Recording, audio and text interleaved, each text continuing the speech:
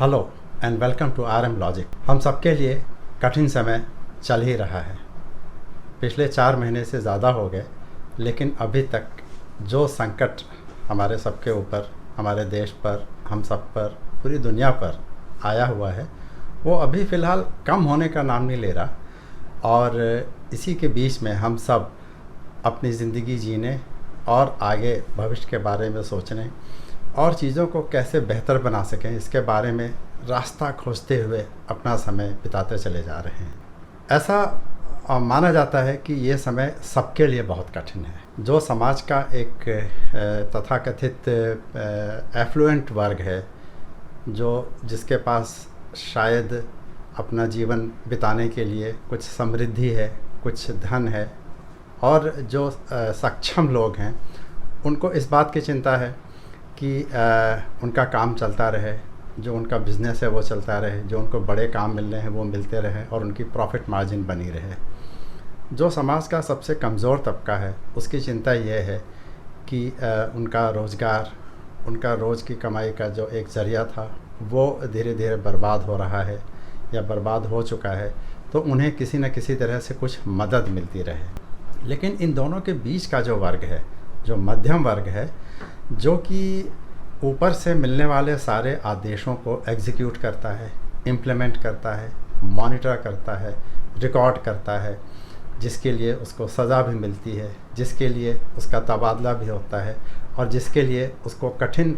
परिस्थितियों के बावजूद काम करना पड़ता है, उस तबके की जो परेशानी है और उस तबके की जो मुसीबत है, उसकी ओर शायद बहुत ज़्यादा किसी का ध्यान नहीं जाता। ये वो वर्ग है जो आज की तारीख में आपके घर पे सामान पहुंचा रहा है, जो केयर गिवर्स हैं, डॉक्टर्स हैं, जो बिजली और टेलीकॉम सर्विसेज प्रोवाइड करने वाले लोग हैं, जो वेंडर्स हैं, जो सप्लायर्स हैं, आदि आदि, ये सारे लोग। और इनको लार्जली हम अगर एक बड़ा मिडिल क्लास कहें तो इसमें कुछ गलत नहीं होगा। पिछले कुछ समय से सरकार ने इस संकट से निपटने के लिए जो आर्थिक पैकेजेस अनाउंस किए थे, उसमें अधिकतर पैकेज या तो कॉरपोरेट सेक्टर को छूट देने के लिए थे, जिससे कि इंडस्ट्रियल, मैन्युफैक्चरिंग और बिजनेस गतिविधियां चलती रहें, या वो समाज के कमज़ोर तबके के लिए थे, जिससे कि उनको लगातार खाने को मिलता रहे,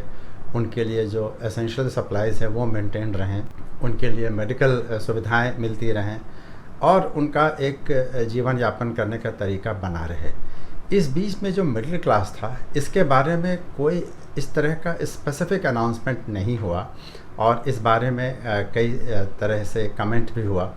कि ये वो तबका है जिसके बारे में शायद सरकार ने कभी सोचा नहीं, जबकि ये तबका कम से कम सरकार का हर तरह से समर्थन करता रहा है। इस तबके की एक बड़ी डिमांड ये थी कि उन्हें या तो टैक्स में कुछ रिलीफ मिले, या जो उनके रोज़ाना के जो बिल हैं, बिजली का बिल, पानी का बिल, इसमें कुछ छूट मिले, उनको किराए में कुछ छूट मिले, अन्य तरह के जो टैक्सेस हैं उनमें कुछ छूट मिले। लेकिन फ़िलहाल ऐसा कुछ हुआ नहीं। अब ये माना जा रहा है कि ये तबका आने वाले दिनों में सबसे बुरी तरह से हिट हो सकता है, क्योंकि इस तबके के पास कुछ अपनी स्थिति सुधारने के ज़्यादा अपॉर्चुनिटीज़ नहीं हैं। जो बिज़नेस क्लास है, जो एक रिच क्लास है, उसके पास बहुत सारे एवेन्यूज़ हैं, उनके पास उनके अपने फाइनेंशियल सिक्योरिटी है, उनका अपना बिज़नेस है, उनके अपने तमाम सारे वो कोलेटरल हैं जो कि वो अपने बिज़नेस में इस्तेमाल करते रहे हैं और उनके लिए वो एक डिपॉज़िट या एक रिज़र्व का काम करते हैं, जैसे उनके एसेट्स हैं या उनके बिज़नेस का एक्सपेंशन के तमाम सारी चीज़ें हैं। और ये क्लास आम तौर पे हमने देखा कि पिछले कुछ महीनों में रिच होता चला गया है, और इस तरह के उदाहरण भारत से ही नहीं बल्कि पूरी दुनिया से मिले हैं। इसके विपरीत जो सबसे कमज़ोर तबका है, उसको लगातार सरकार मदद कर रही है। हमें आपको ये खबर मिलती रहती है कि इस तरह के लोगों को खाने का सामान मिल रहा है, राशन मिल रहा है, ईंधन मिल रहा है, और हर तरह से समाज का हर वर्ग इन्हें मदद करने की कोशिश करता है, जो कि शायद एक्सपेक्टेड भी है और ज़रूरी भी। लेकिन मिडिल क्लास को कुछ ना मिल पाने की वजह से इस क्लास के आगे अब अपने आप को बनाए रखने का एक बड़ा संकट दिख रहा है। ये संकट भारत में ही नहीं बल्कि दुनिया के तमाम देशों में है, और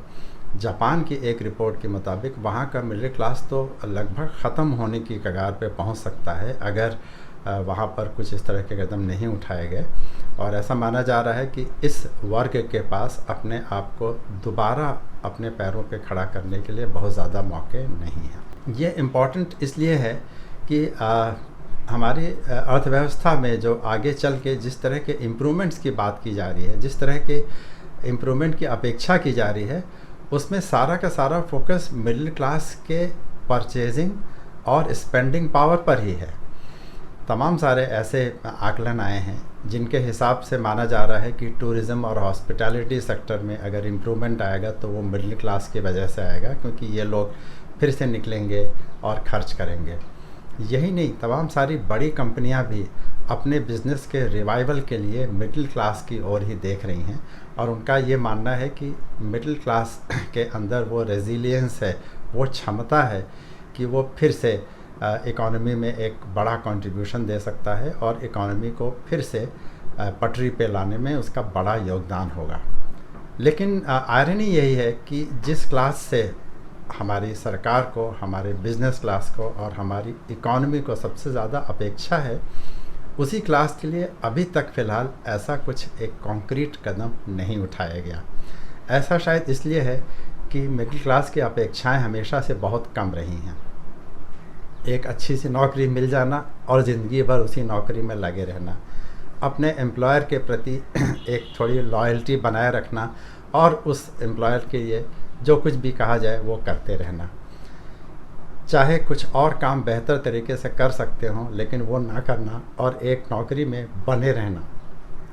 अपने डिपॉज़िट्स को हमेशा बनाए रखना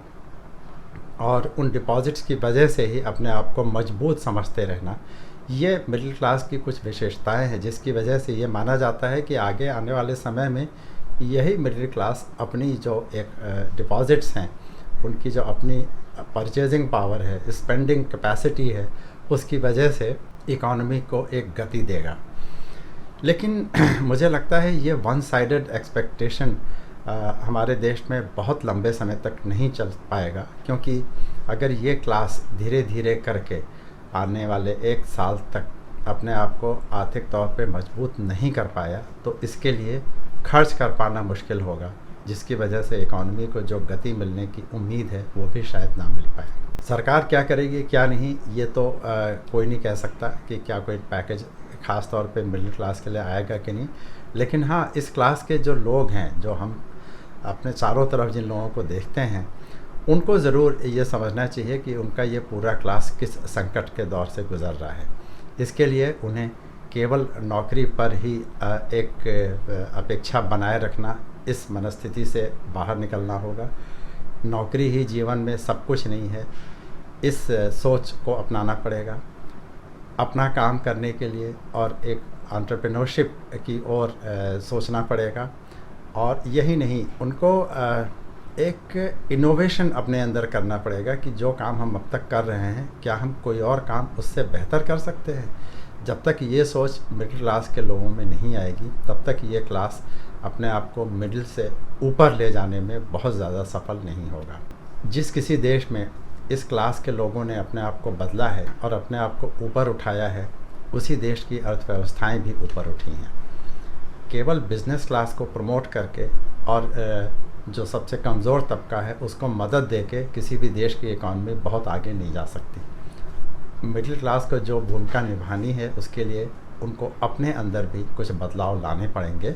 और तभी सरकार भी ये सोचेगी कि हाँ, इस क्लास के लिए उसे कुछ करना है। इस बात पर ज़रूर विचार कीजिएगा।